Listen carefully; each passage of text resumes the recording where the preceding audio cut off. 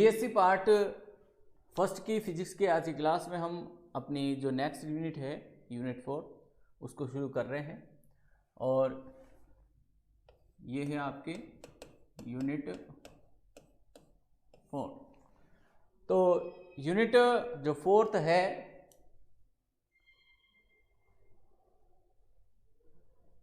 ये unit fourth नहीं लेंगे, ये है यूनिट फिफ्थ। यूनिट 4 को हम जो है बाद में डिस्कस करेंगे यूनिट 5 को करने के बाद। तो यूनिट 4 को हम बाद में डिस्कस करेंगे। सबसे फर्स्ट हम यूनिट 5 को लेंगे और इसके अंतर्गत हम देखेंगे तरंग और तरंग गति से संबंधित टॉपिक्स।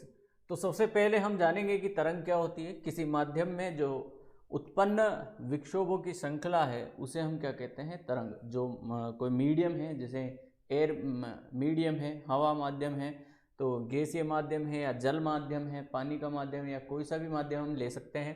तो उस माध्यम में जो है उत्पन्न जो विक्षोभ हैं उन विक्षोभों की जो एक श्रृंखला बनती है उसे हम कहते हैं तरंग।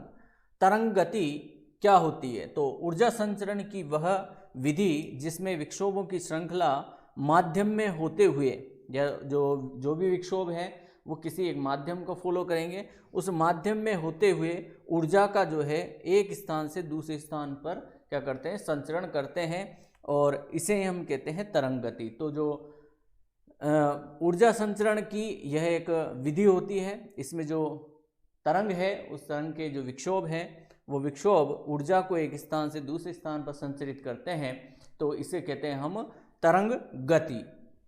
अब हम नेक्स्ट टॉपिक लेते हैं हमारा तरंगों के प्रकार।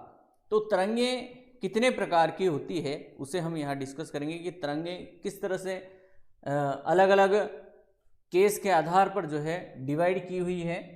तो सबसे फर्स्ट इसके अंतर्गत हम देखेंगे माध्यम के आधार पर तरंगे। तो माध्यम के आधार पर जो तरंगे हैं वो दो प्रकार की होती है, यांत्रिक तरंगे और विद्युत चुंबकीय तरंगे। अब यांत्रिक तरंगे किसे कहेंगे और विद्युत चुंबकीय तरंगे हम किसे कहते हैं, ये हम डिस्कस करेंगे। तो यांत्रिक तरंगे ऐसी तरंगे जिनके संचरण के लिए हमें किसी न किसी मीडियम की आवश्यकता होती है, किसी न किसी माध्यम की आवश्यकता होती है, ऐसी तरंगों को हम कहते हैं यांत्रिक तरंगे। जैसे ध्वनि तरंगे हैं, या ध्वनि तरंगों के अलावा जो है कंपन है, ठीक है। तो ये जो तरंगे हैं वो क्या कहलाएंगी, यांत्रिक तरंगे। इनके संचरण के लिए हमें किसी न किसी प्रकार के माध्यम की आवश्यकता होती है। तो जहां माध्यम की आवश्यकता होती है, माध्यम की जरूरत, तो ऐसी तरंगों के संचरण के लिए माध्यम की जरूरत होती है। और जैसे जल में उत्पन्न तरंग है, इसके अलावा जो ध्वनि तरंगे हैं वो किस कैटेगरी में आएगी, हमारे यांत्रिक तरंगों की कैटेगरी में। बात करते हैं नंबर 2 पे, विद्युत चुंबकीय तरंगे। तो विद्युत चुंबकीय तरंगे ऐसी तरंगे जिनके संचरण के लिए हमें किसी भी प्रकार की कोई माध्यम की आवश्यकता नहीं होती। ये तरंगे निर्वात में भी जो है गतिशील रहती है, यानी कि ऐसी तरंगे जिनके लिए माध्यम की आवश्यकता नहीं होती, माध्यम जरूरी नहीं है, ठीक है। तो इन तरंगों के संचरण के लिए माध्यम जरूरी नहीं, ये निर्वात में भी गतिशील हो सकती है। और ऐसी तरंगों के अंतर्गत हम देखते हैं जो हमारे प्रकाश तरंगे हैं। प्रकाश जो हमारे पास आता है, या कोई सा भी प्रकाश हो सकता है, तो प्रकाश जो तरंगे हैं वो विद्युत चुंबकीय तरंगे होती है। इसके अलावा अल्फा तरंगे हैं, गामा तरंगे हैं, बीटा तरंगे हैं। इन सब तरंगों को संचरण के लिए किसी भी प्रकार के माध्यम की आवश्यकता नहीं होती, इन्हें कहते हैं हम विद्युत चुंबकीय तरंगे। अब हम बात करते हैं नंबर 2 पे, माध्यम के कणों की गति के आधार पर। जो माध्यम में जो पार्टिकल्स हैं उन पार्टिकल्स की मोशन के आधार पर जो है तरंगे कितने प्रकार की होंगी। तो इस बेस पर हमने तरंगों को दो भागों में डिवाइड किया है, एक तो अनुदैर्घ्य तरंगे और दूसरी होती है अनुप्रस्थ तरंगे। तो बात करते हैं सबसे फर्स्ट हम अनुदैर्घ्य तरंगों की। तो अनुदैर्घ्य तरंगों के अंतर्गत जो तरंग संचरित हो रही है उसी दिशा में यदि उस माध्यम के जो कण हैं वो भी उसी दिशा में गतिशील हों तो हम उसे कहते हैं अनुदैर्घ्य तरंग। यानी कि जिस डायरेक्शन में तरंग संचरित हो रही है उसी डायरेक्शन में जो पार्टिकल हैं उस माध्यम के वो भी संचरित हों तो हम ऐसी तरंगों को कहते हैं अनुदैर्घ्य तरंगे। इसको हम डायग्राम से भी समझ सकते हैं। ये हम एक तरंग का डायग्राम ले रहे हैं और यहाँ जो पार्टिकल्स हैं, यहाँ पार्टिकल ये तरंग इस डायरेक्शन में बह रही है तो इसमें उपस्थित जो पार्टिकल हैं वो भी इसी डायरेक्शन में क्या करें, कंपन करें, वाइब्रेशन करें। तो ऐसी तरंगों को हम कहते हैं अनुदैर्घ्य तरंगे। बात करते हैं अनुप्रस्थ तरंगों की। अच्छा, अनुदैर्घ्य तरंगों में कौन कौन से उदाहरण लेंगे? तो अनुदैर्घ्य तरंगों के लिए सबसे बढ़िया उदाहरण है ध्वनि तरंगे। तो अनुदैर्घ्य जो तरंगे हैं वो होती है ध्वनि तरंगे। ध्वनि तरंगों में जो है जो पार्टिकल के कण है जो वो कण भी जो है उसी डायरेक्शन में तरंग संचरण की दिशा में कंपन करते हैं। नंबर 2 पे लेते हैं हम अनुप्रस्थ तरंगे। तो अनुप्रस्थ तरंगों में जो माध्यम के पार्टिकल हैं वो तरंग संचरण की दिशा के लंबवत कंपन करते हैं। तो ऐसी तरंगों को हम कहते हैं अनुप्रस्थ तरंगे। जहां माध्यम के कण तरंग संचरण की दिशा के लंबवत कंपन करे उन्हें कहते हैं हम अनुप्रस्थ तरंगे। तो इसमें जो माध्यम के पार्टिकल हैं वो इस तरह से कंपन करते हैं, जैसे ये तो तरंग संचरण की दिशा हो गई और पार्टिकल इसके लंबवत जो है कंपन करे तरंग संचरण की दिशा के। तो ऐसी तरंगों को हम कहते हैं अनुप्रस्थ तरंगे।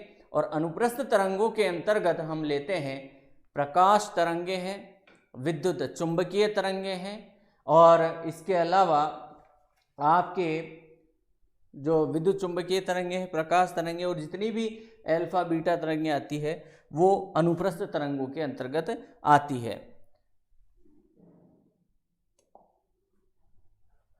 ऊर्जा संचरण के आधार पर तरंगे।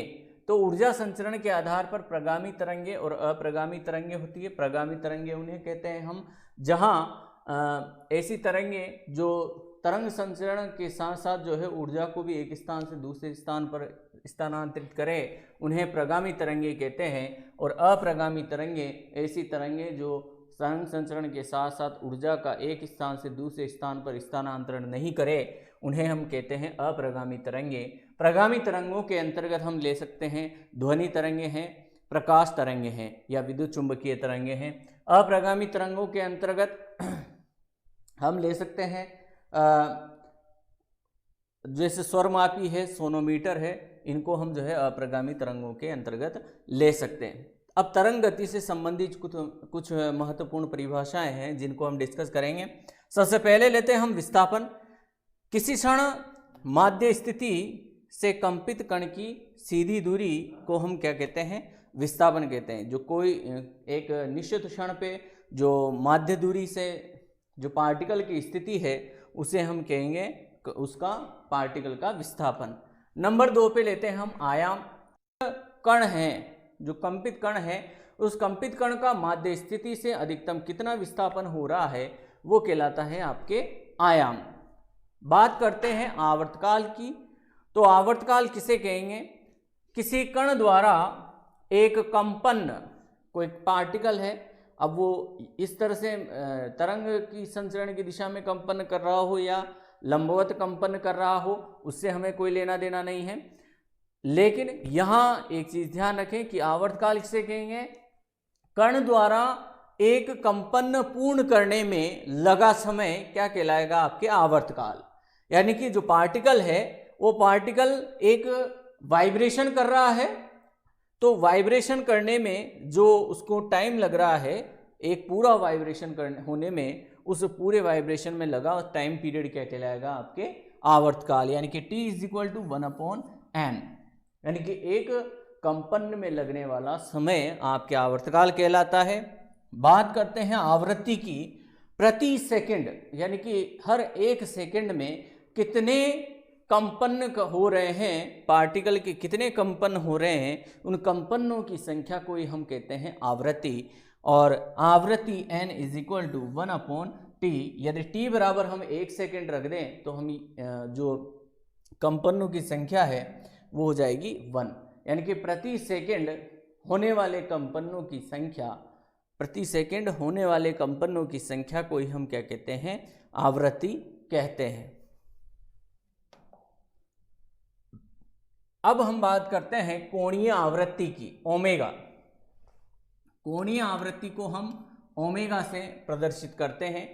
कंपन करते हुए कण का प्रति सेकंड कोणीय विस्थापन क्या कहलाता है, आपके कोणीय आवृत्ति। जो कंपन कर रहा है पार्टिकल, उसका प्रति सेकंड कितना कोणीय विस्थापन हो रहा है, उस कोणीय विस्थापन को ही, प्रति सेकंड होने वाले कोणीय विस्थापन को ही हम कहते हैं आवृत्ति। आवृत्ति ओमेगा बराबर 2π/t के रूप में होता है, या 2πn के रूप में भी हम ले लेते हैं, क्योंकि n जो आवृत्ति है वो 1/t होती है, तो 1/t is equal to n, और इसका जो यूनिट बनता है वो बनता है रेडियन पर सेकंड के रूप में। बात करते हैं नेक्स्ट टॉपिक तरंगदैर्घ्य की। तो दो क्रमागत श्रृंगों और गर्तों के मध्य जो दूरी होती है उसे हम कहते हैं तरंगदैर्घ्य। तो श्रृंग और गर्तों को समझते हैं। तो जैसे हमने कोई तरंग ली इस तरह से, ये एक तरंग हो गई, तो ये इनका जो मैक्सिमम भाग है वो कहलाएगा श्रृंग। क्या कहलाएगा, श्रृंग। तो ये वाला श्रृंग हो गया, ये वाला श्रृंग हो गया, तो इन दोनों श्रृंगों के बीच की दूरी क्या कहलाएगी, आपके लैम्बडा। या दो गर्त, ये दोनों क्या हो गए, गर्त, ये दोनों क्या हो गए, गर्त। तो इन दोनों गर्तों के बीच की दूरी क्या कहलाती है, आपके लैम्बडा। तो या तो दो क्रमागत श्रृंगों या तो दो क्रमागत गर्तों या निम्निष्टों के बीच की जो दूरी है वही क्या कहलाती है, आपके तरंगदैर्घ्य। बात करते हैं तरंग वेग की। तो एक सेकंड में तरंग द्वारा चली गई दूरी को हम क्या कहते हैं, तरंग वेग कहते हैं। तो v बराबर λ/t is equal to n lambda, omega बराबर कितना होता है, 2πn होता है। तो n इज इक्वल टू कितना हो जाएगा, ω/2π। k जो कि संचरण नियतांक है, तो k इज इक्वल टू 2π/λ, और तरंगदैर्घ्य लैम्बडा बराबर 2π/k के बीच रूप में जो है यहाँ एक रिलेशन तो ये मिलता है और एक रिलेशन यहाँ से हमें ये मिलता है। तो v बराबर चूंकि हमारे पास था, देख सकते हैं v बराबर n लैम्बडा, तो n की वैल्यू रख देंगे और लैम्बडा की वैल्यू रख देंगे। तो देखिए n की वैल्यू रख दी मैंने ω/2π, k लैम्बडा की वैल्यू रख दी मैंने 2π/k। तो हमारे पास जो तरंग वेग है वो निकल करके आता है ω/k के रूप में। बात करते हैं, नेक्स्ट टॉपिक है हमारा एक विमीय तरंग का सामान्य समीकरण। जो एक विमीय तरंग है जो एक डायरेक्शन में गतिशील है, केवल एक डायरेक्शन में, हम त्रिविमीय की बात नहीं करें, नहीं द्विविमीय की बात करें, हम क्या बात कर रहे हैं, एक विमीय तरंग का सामान्य समीकरण हम फाइंड आउट करेंगे। तो एक तरंग है इस तरह से, जो जिसका विस्थापन केवल और केवल y डायरेक्शन में है, और में इसका जो इस डायरेक्शन में जो वेग है वो v वेग है, और इसके दो मैक्सिमम जो बिंदु हैं उनके बीच की दूरी कितनी है, x। तो यहाँ एक तरंग इस तरह से गतिशील है, तो इस तरंग का जो विस्थापन का समीकरण है वो है विस्थापन समीकरण। किसी टाइम t पर इसका जो विस्थापन समीकरण है y is equal to function of t, क्योंकि ये टाइम पर डिपेंड करेगा, तो इसलिए जो विस्थापन है वो फंक्शन है किसका, t का। ये इसे देते हैं हम इक्वेशन फर्स्ट। जो विक्षोभ है, विक्षोभ को x दूरी तय करने में, यानी कि O बिंदु से P बिंदु तक पहुंचने में लगा समय कितना हो जाएगा, t is equal to x/v, यानी कि दूरी बटा चाल, समय बराबर दूरी बटा चाल। तो दूरी हो गई x, चाल है किसकी, v। अब x पॉजिटिव x अक्ष की दिशा में यदि कंपन हो रहे हैं, पॉजिटिव x अक्ष की दिशा में यानी कि जो तरंग है पॉजिटिव x डायरेक्शन में गतिशील है, तो t टाइम पीरियड बाद भी जो उसका विस्थापन होगा वो कितना होगा, यानी कि जो x माइनस v टाइम के पहले जो उसका फंक्शन है उसके बराबर होगा। तो y1 is equal to function of t minus x upon v। तो t में से यदि हम x अपॉन v टाइम को माइनस कर दें तब भी उसका विस्थापन वही रहेगा, ऐसा इस इक्वेशन नंबर 2 से कहते हैं। यदि तरंग माइनस x दिशा में गतिशील हो, तरंग किस डायरेक्शन में हो, अब पहले तो पॉजिटिव x अक्ष पे ले रहे थे हम, अब माइनस x अक्ष पे ले रहे हैं इस तरह से। तो यदि तरंग माइनस x अक्ष की दिशा में गति करे तो कण के विस्थापन का क्या समीकरण हो जाएगा, इस तरह से हो जाएगा। इसे हम y2 से ले रहे हैं, तो y2 बराबर g t माइनस, अब माइनस x यानी कि माइनस x डायरेक्शन में ले रहे हैं तो x की जगह क्या रखेंगे हम, माइनस x, तो माइनस एक्स अपॉन v, तो माइनस माइनस जुड़ करके क्या हो जाएगा प्लस, तो g फंक्शन, यहाँ फंक्शन किसके रूप में ले रहे हैं हम, g के रूप में, तो g t plus x upon v के रूप में हमें इक्वेशन नंबर 3 मिलती है। ये पॉजिटिव x अक्ष की डायरेक्शन में, ये माइनस x अक्ष की डायरेक्शन में है। तो व्यापक रूप से दोनों इक्वेशंस को हम ऐड कर देते हैं कि कुल कितना विस्थापन हो रहा है, तो कुल विस्थापन के लिए जो है हम दोनों को जोड़ देंगे। तो y बराबर function of t minus x upon v plus g t plus x upon v के रूप में हमारे पास इक्वेशन नंबर 4 यहाँ वैल्यू रखने पर मिलती है। अब जो u है इसे हम u से रिप्लेस कर रहे हैं और इसे हम w से रिप्लेस कर रहे हैं। तो u is equal to t minus x upon v, w is equal to t plus x upon v के रूप में हमने इसे रखा। तो देखिए y is equal to function of u plus function of w। तो यहाँ हम इन दोनों का u और w का, सबसे पहले u का जो है t with respect to t time के रेस्पेक्ट में, यदि हम अवकलज लें, आंशिक अवकलज, तो 1 होगा और ओमेगा का भी 1 होगा। Del u upon del x लें विद रेस्पेक्ट टू x, इसको पार्शियल डिफरेंशियल करते तो इसका जो अवकलज बनेगा वो बनेगा माइनस का 1 अपॉन v, ये 0 हो जाएगा। इसी तरह del w upon del x लें तो इसका अवकलज क्या बनेगा 1 अपॉन v के रूप में, इसे देते हैं हम इक्वेशन नंबर 6। समीकरण 5 का with respect to t differentiation लेते हैं तो dy by D x D F U upon del u upon del T plus D del G W upon del W upon del T के रूप में जो है इसका पार्शियल डिफरेंशियल होगा। अब यहाँ जो ये वैल्यूज़ हैं इनकी वैल्यूज़ हमने 1 फाइंड आउट की, 1 रखी, तो हमारे पास ये इक्वेशन आ जाएगी इक्वेशन नंबर 7 के रूप में। इस इक्वेशन 7 को हम again with respect to T differentiate करते हैं, तो डिफरेंशिएट करने पर D L square Y upon del t square del by del F U upon del u upon del t del by del G W upon del W upon del T के रूप में जो है इसका partial differential हो जाएगा। Del u upon del t del W upon del t की value यहाँ पुट करेंगे तो इसकी तो वैल्यू हो जाएगी आपके पास 1, इसकी वैल्यू भी हो जाएगी हमारे पास 1, दोनों की वैल्यू 1 रखी। तो del y square Y upon del t square del square F function of you upon del U square plus del square G W upon del W square, ये हो गया आपके इक्वेशन नंबर 8। समीकरण जो 5 है उस समीकरण 5 का हम अगेन डिफरेंशियल लेंगे और किसके सापेक्ष पार्शियल डिफरेंशियल लेंगे, विद रेस्पेक्ट टू x। पहले हमने t के सापेक्ष लिया था, अब हम जो है इसका डिफरेंशियल ले रहे हैं विद रेस्पेक्ट टू x। तो del y by del x del F U upon del you by del x del G W upon del W upon del x. तो ये और ये इसकी वैल्यू इक्वेशन नंबर 6 से रखेंगे तो इसकी वैल्यू तो हो गई माइनस का 1 अपॉन वी, इसकी वैल्यू हो गई 1 अपॉन वी। रखते हैं 1 अपॉन वी को हमने कॉमन लिया तो del G W upon del W minus del F U upon del you, equation number 9 हमें मिली। इस इक्वेशन नंबर 9 का हम again with respect to x जो है फिर से डिफरेंशियल लेते हैं। तो अगेन डिफरेंशियल लेने पर del square Y by del x square 1 upon V del by del del G W upon del W upon del X minus del by del U del F U upon del you by del X के रूप में हमें equation मिलती है। Again हम यहाँ पर del डब्ल्यू by del x del you by del x की वैल्यू रखते हैं। ये हो गई इसकी वैल्यू 1/v और इसकी वैल्यू हो गई माइनस का 1/v।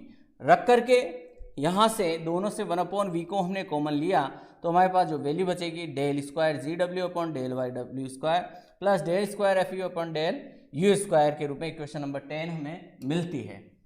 तो जो इक्वेशन नंबर 8 है और जो इक्वेशन नंबर 10 है, देखिए इक्वेशन नंबर 8, तो ये रही इक्वेशन नंबर 8, ये देखिए ये रही इक्वेशन नंबर 8। तो यहाँ हम इस पूरे पद की वैल्यू वहां से रखेंगे इक्वेशन नंबर 10, इक्वेशन नंबर 10 से रखेंगे। तो ये हमारे को इक्वेशन मिलेगी del square Y by del x square is equal to 1/v square del square Y by del t square के रूप में इक्वेशन नंबर 11 हमें मिलती है। समीकरण 11 जो है एक विमीय तरंग के लिए समीकरण को व्यक्त करती है। इसे हम अगर हम त्रिविमीय समीकरण में परिवर्तित करना चाहें तो del square Y by del x square की जगह हम रखेंगे डेल स्क्वायर, क्या रखेंगे, डेल स्क्वायर डेल ऑपरेटर। तो इसे कहते हैं हम डेल ऑपरेटर जो लाप्लास संकारक है उसका square, y is equal to 1/v square del square Y by del t square. तो जहाँ जो डेल स्क्वायर है उसकी वैल्यू ये होती है del square upon del x square पर del square Y by del y square del square by del z square के रूप में ये होता है। तो ये कहलाती है आपके त्रिविमीय तरंग के लिए समीकरण।